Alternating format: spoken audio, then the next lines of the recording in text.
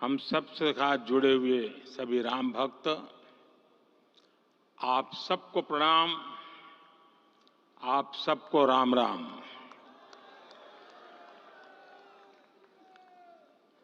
आज हमारे राम आ गए हैं।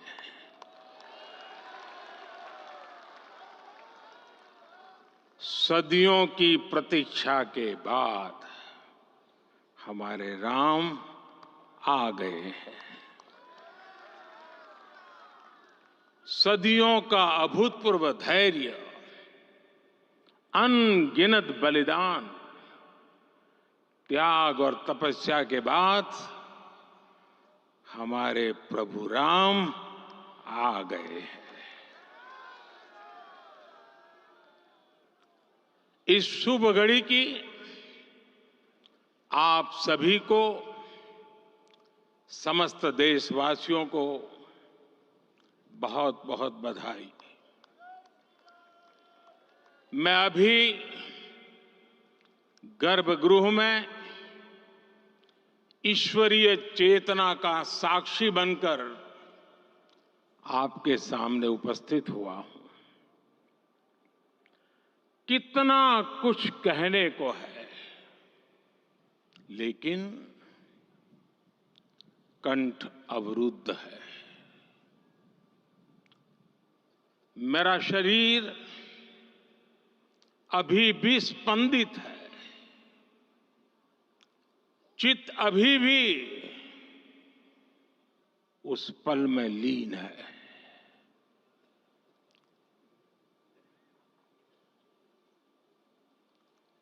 हमारे रामलला अब टेंट में नहीं रहेंगे।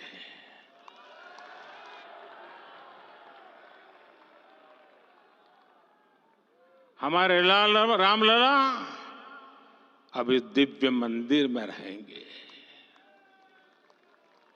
मेरा पक्का विश्वास है, अपार श्रद्धा है कि जो घटित हुआ है, इसकी अनुभूति देश के, विश्व के कोने कोने में राम भक्तों को हो रही होगी। ये क्षण अलौकिक है, ये पल पवित्रतम है। ये माहौल, ये वातावरण, ये ऊर्जा, ये घड़ी प्रभु श्री राम का हम सब पर आशीर्वाद है। 22 जनवरी 2024 का ये सूरज एक अद्भुत आभा लेकर आया है।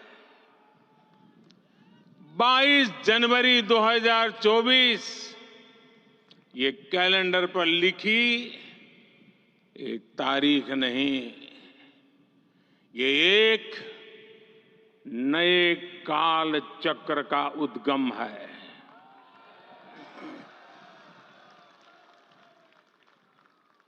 राम मंदिर के भूमि पूजन के बाद से प्रतिदिन पूरे देश में उमंग और उत्साह बढ़ता ही जा रहा था।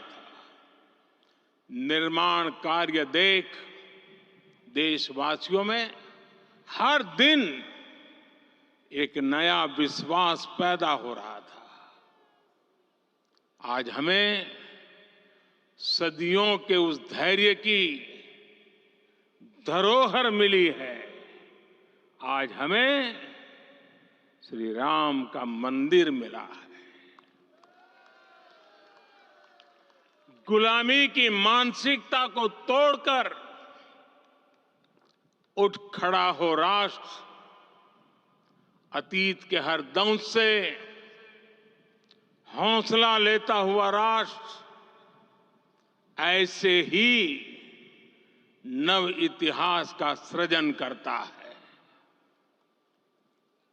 आज से 1000 साल बाद भी लोग आज की इस तारीख की, आज के इस पल की चर्चा करेंगे। और ये कितनी बड़ी राम कृपा है कि हम सब इस पल को जी रहे हैं, इसे साक्षात घटित होते देख रहे हैं। आज दिन दिशाएं, दिग दिगंत सब दिव्यता से परिपूर्ण है। ये समय सामान्य समय नहीं है, ये काल के चक्र पर सर्वकालिक शाही से अंकित हो रही अमिट स्मृति रेखाएं हैं। साथियों, हम सब जानते हैं कि जहां राम का काम होता है, वहां पवन पुत्र हनुमान अवश्य विराजमान होते हैं। इसलिए मैं राम भक्त हनुमान और हनुमान गढ़ी को भी प्रणाम करता हूं। मैं माता जानकी, लक्ष्मण जी, भरत, शत्रुघ्न सबको नमन करता हूं। मैं पावन अयोध्यापुरी और पावन सरयू को भी प्रणाम करता हूं। मैं इस पल दैवीय अनुभव कर रहा हूं कि जिनके आशीर्वाद से ये महान कार्य पूरा हुआ है। वे दिव्य आत्माएं, वे दैवीय विभूतियां भी इस समय हमारे आसपास उपस्थित है। मैं इन सभी दिव्य चेतनाओं को भी कृतज्ञता पूर्वक नमन करता हूं। मैं आज प्रभु श्री राम से क्षमा याचना भी करता हूं। हमारे पुरुषार्थ, हमारे त्याग, तपस्या में कुछ तो कमी रह गई होगी कि हम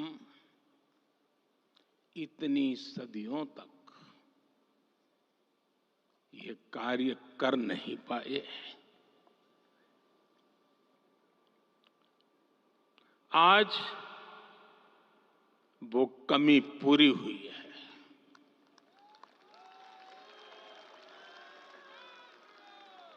मुझे विश्वास है प्रभु राम आज हमें अवश्य क्षमा करेंगे। मेरे प्यारे देशवासियों, त्रेता में राम आगमन पर पूज्य संत तुलसीदास जी ने लिखा है, प्रभु बिलो की हर से पुरबासी, जनित वियोग विपत्ति समनासी। अर्थात प्रभु का आगमन देकर ही सब अयोध्यावासी, समग्र देशवासी हर्ष से भर गए। लंबे वियोग से जो आपत्ति आई थी, उसका अंत हो गया। उस कालखंड में तो वो वियोग केवल 14 वर्षों का था, तब भी इतना असह्य था। इस युग में तो अयोध्या और देशवासियों ने सैकड़ों वर्षों का वियोग सहा है। हमारी कई कई पीढ़ियों ने वियोग सहा है। भारत के तो संविधान में उसकी पहली प्रति में भगवान राम विराजमान है। संविधान के अस्तित्व में आने के बाद भी दशकों तक प्रभु श्री राम के अस्तित्व को लेकर कानूनी लड़ाई चली। मैं आभार व्यक्त करूंगा भारत की न्यायपालिका का, जिसने न्याय की लाज रख ली।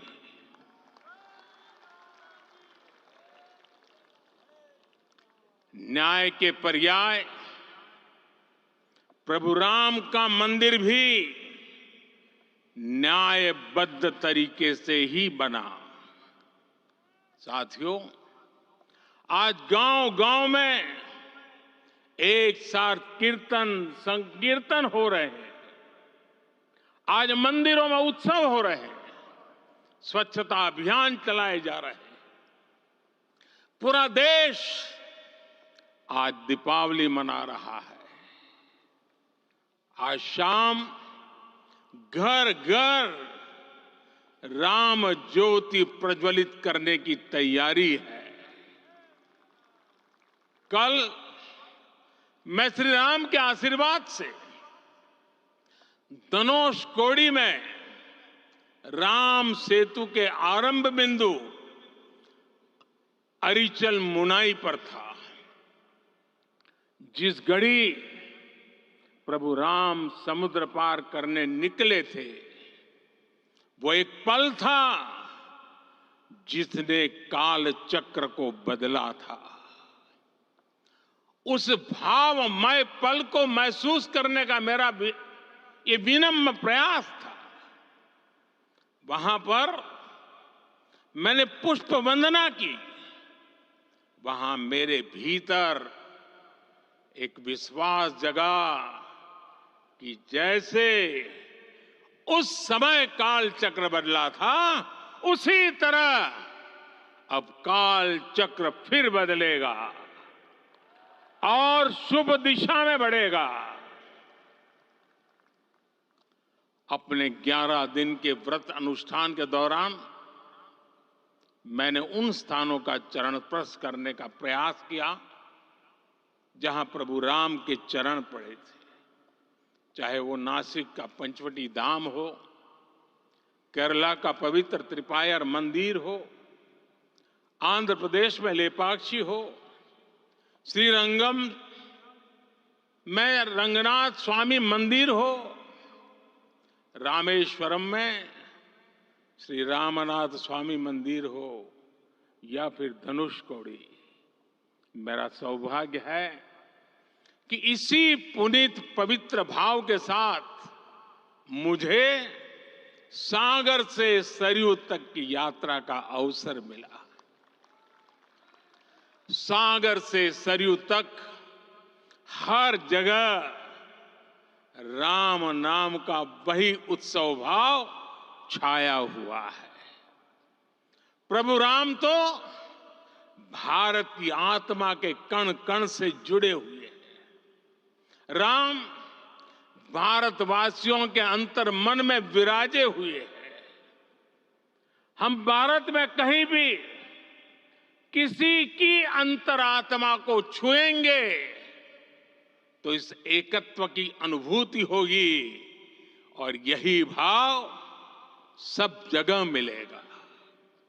इससे उत्कृष्ट, इससे अधिक देश को समायोजित करने वाला सूत्र और क्या हो सकता है। मेरे प्यारे देशवासियों, मुझे देश के कोने कोने में अलग अलग भाषाओं में रामायण सुनने का अवसर मिला है, लेकिन विशेषकर पिछले 11 दिनों में रामायण अलग अलग भाषा में अलग राज्यों से मुझे विशेष रूप से सुनने का मौका मिला। राम को परिभाषित करते हुए ऋषियों ने कहा है, रमन्ते यस्मिन् इति रामः, अर्थात जिसमें रम जाए वही राम है।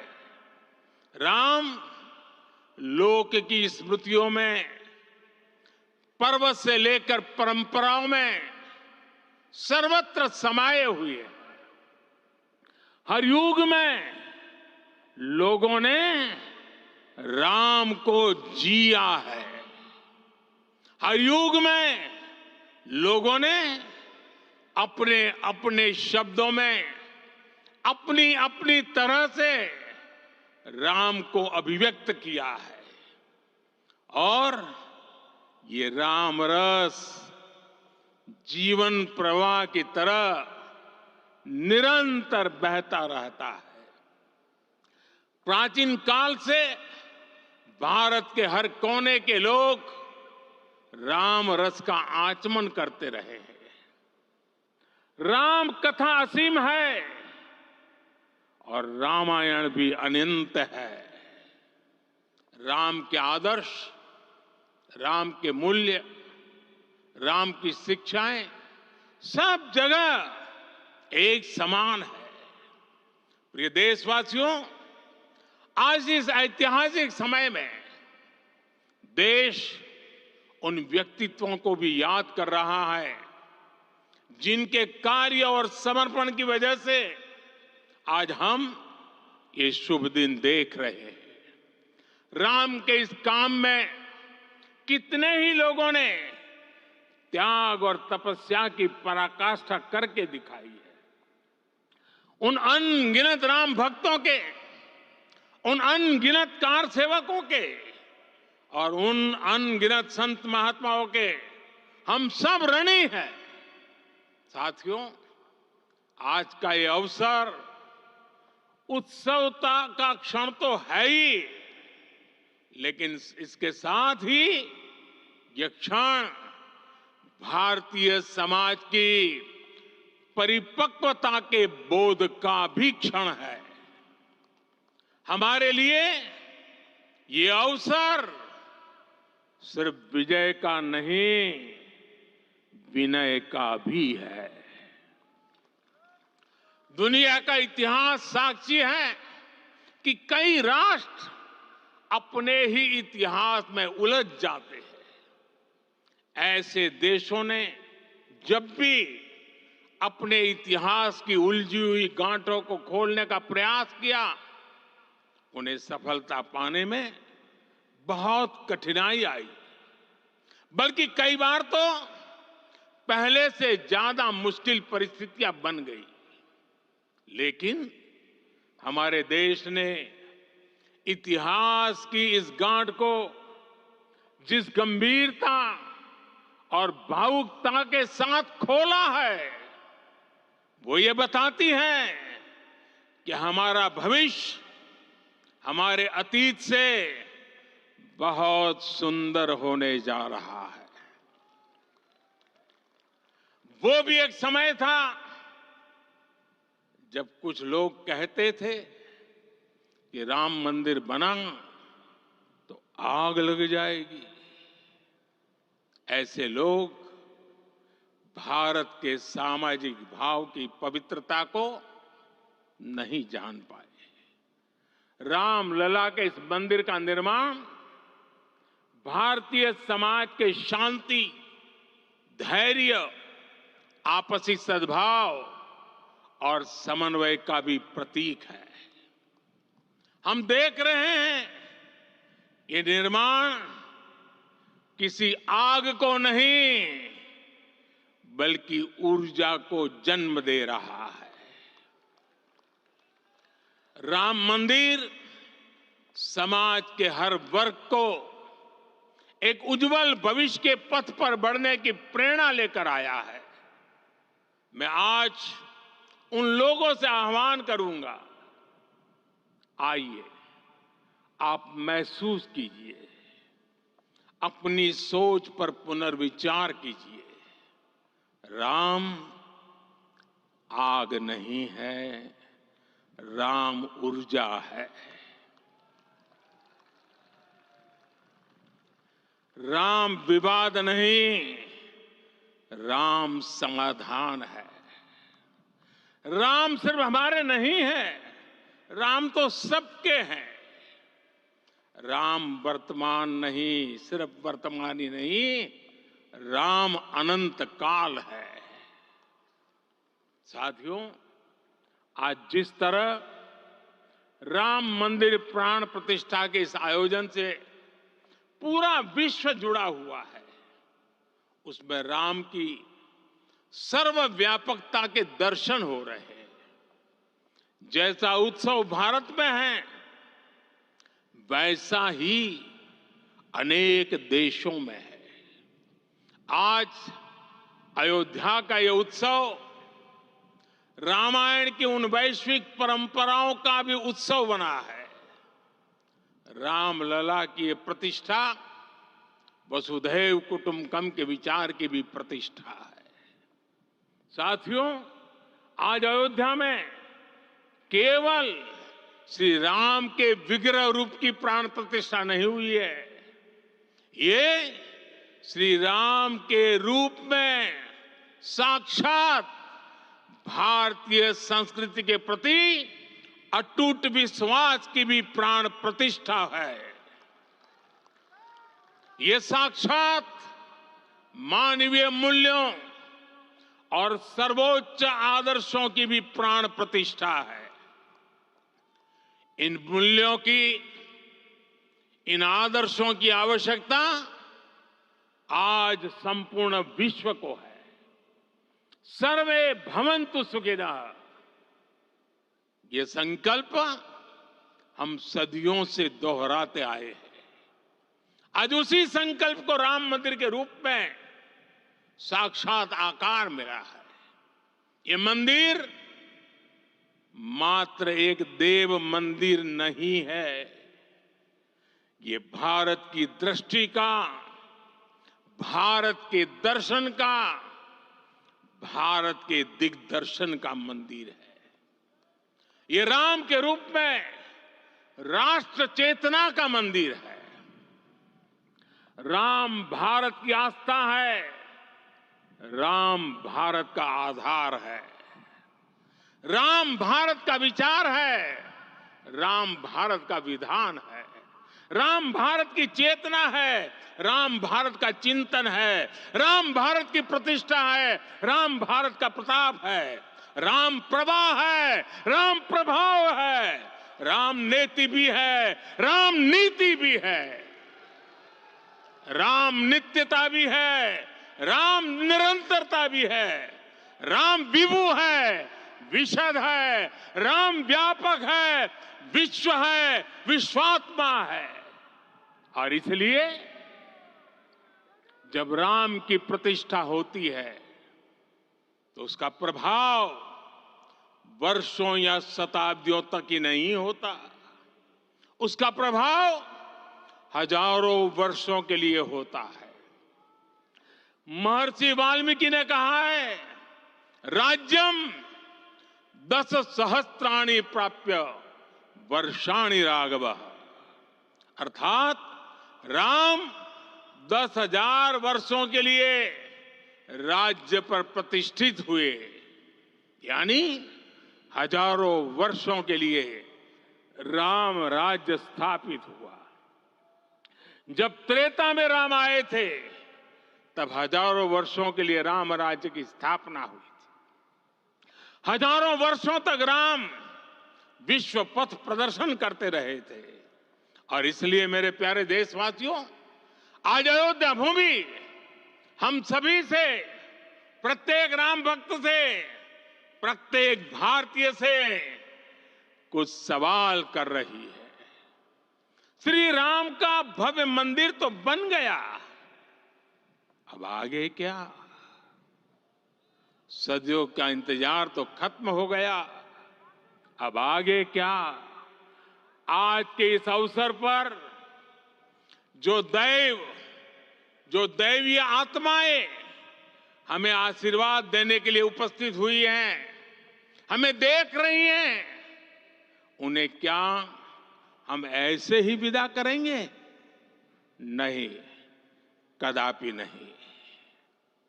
आज मैं पूरे पवित्र मन से महसूस कर रहा हूं कि काल चक्र बदल रहा है।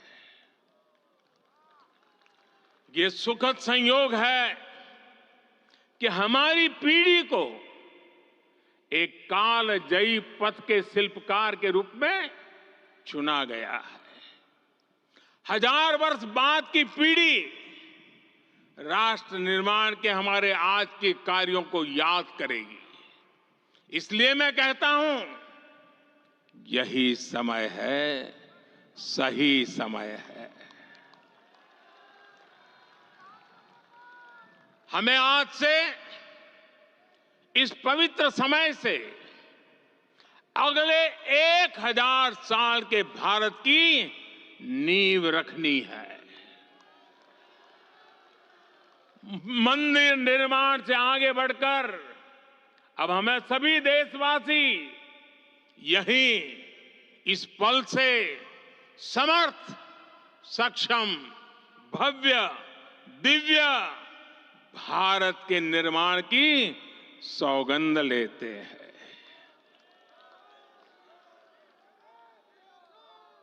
राम के विचार मानस के साथ ही जनमानस में भी हो, यही राष्ट्र निर्माण की सीढ़ी है। साथियों, आज के युग की मांग है कि हमें अपने अंतःकरण को विस्तार देना होगा। हमारी चेतना का विस्तार देव से देश तक, राम से राष्ट्र तक होना चाहिए। हनुमान जी की भक्ति, हनुमान जी की सेवा, हनुमान जी का समर्पण, ये ऐसे गुण हैं जिन्हें हमें बाहर नहीं खोजना पड़ता। प्रत्येक भारतीय में भक्ति, सेवा और समर्पण के भाव समर्थ, सक्षम, भव्य, दिव्य भारत का आधार बनेंगे। और यही तो है देव से देश और राम से राष्ट्र की चेतना का विस्तार।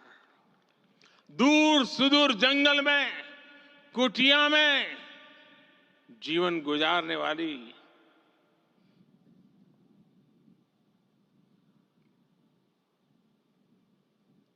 मेरी आदिवासी मां शबरी का ध्यान आते ही अप्रतिम विश्वास जागृत होता है।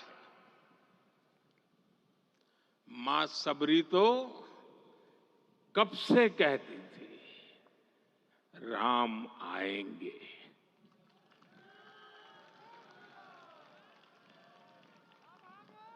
प्रत्येक भारतीय में जन्मा यही विश्वास समर्थ, सक्षम, भव्य भारत का आधार बनेगा।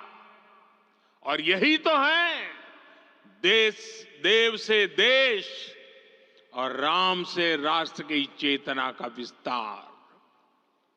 हम सब जानते हैं कि निषाद राज की मित्रता सभी बंधनों से परे है। निषाद राज का राम के प्रति सम्मोहन, प्रभु राम का निषाद राज के लिए अपनापन कितना मौलिक है। सब अपने हैं, सभी समान है। प्रत्येक भारतीय में अपनत्व की, बंधुत्व की ये भावना समर्थ, सक्षम, भव्य, दिव्य भारत का आधार बनेगी। और यही तो है देव से देश और राम से राष्ट्र की चेतना का विस्तार।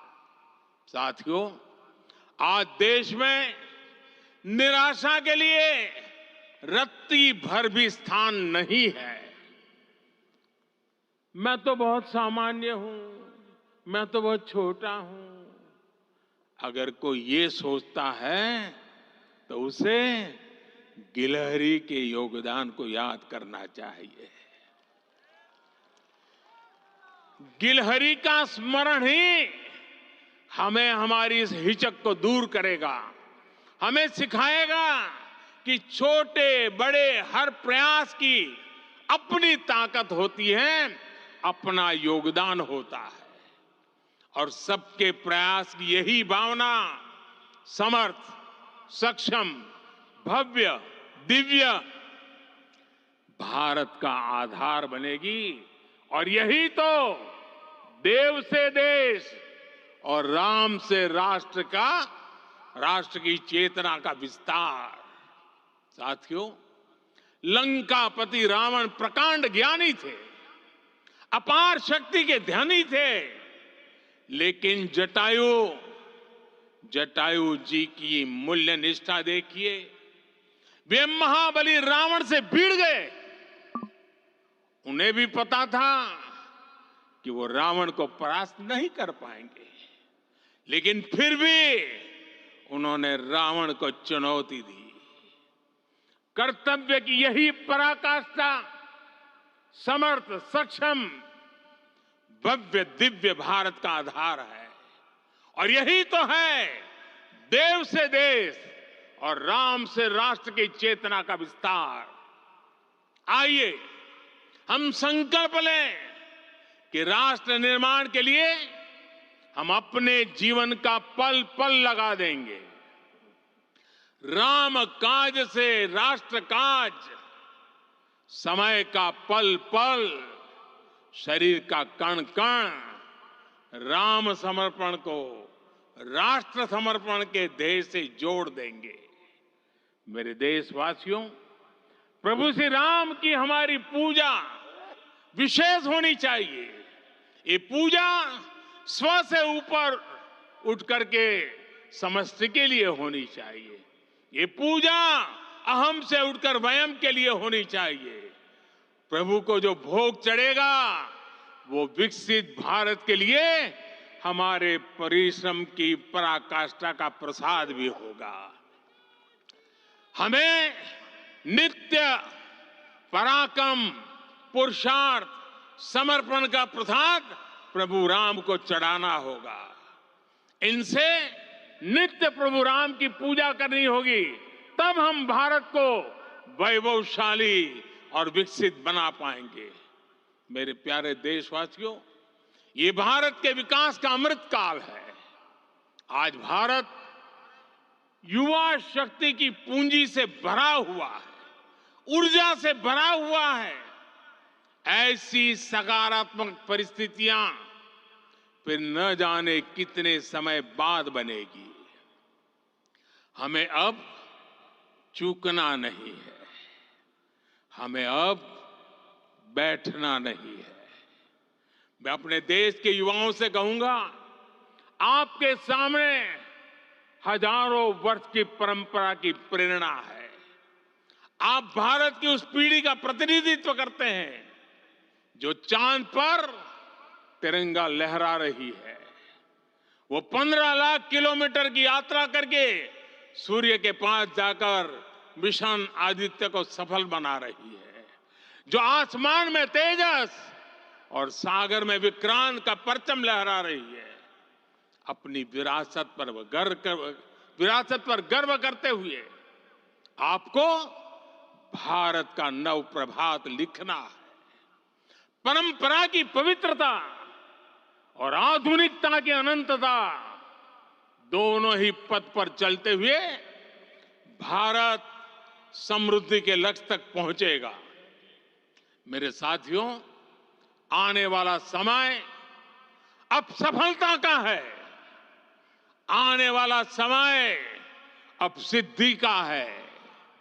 ये भव्य राम मंदिर साक्षी बनेगा भारत के उत्कर्ष का, भारत के उदय का।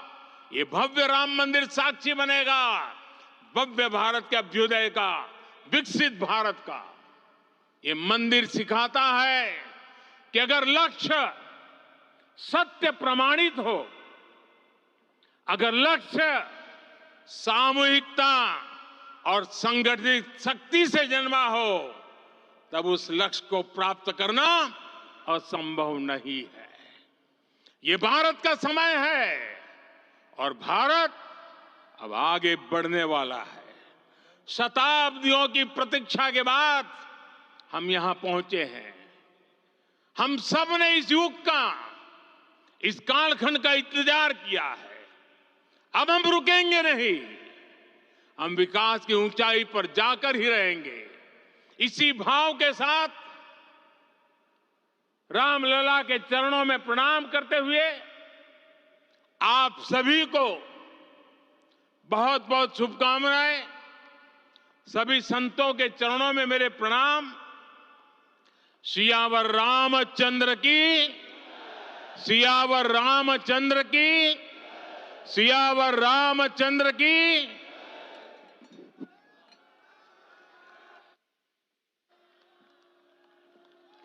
मैं आपसे निवेदन करूंगा, अभी थोड़ा आसन ग्रहण करिए। माननीय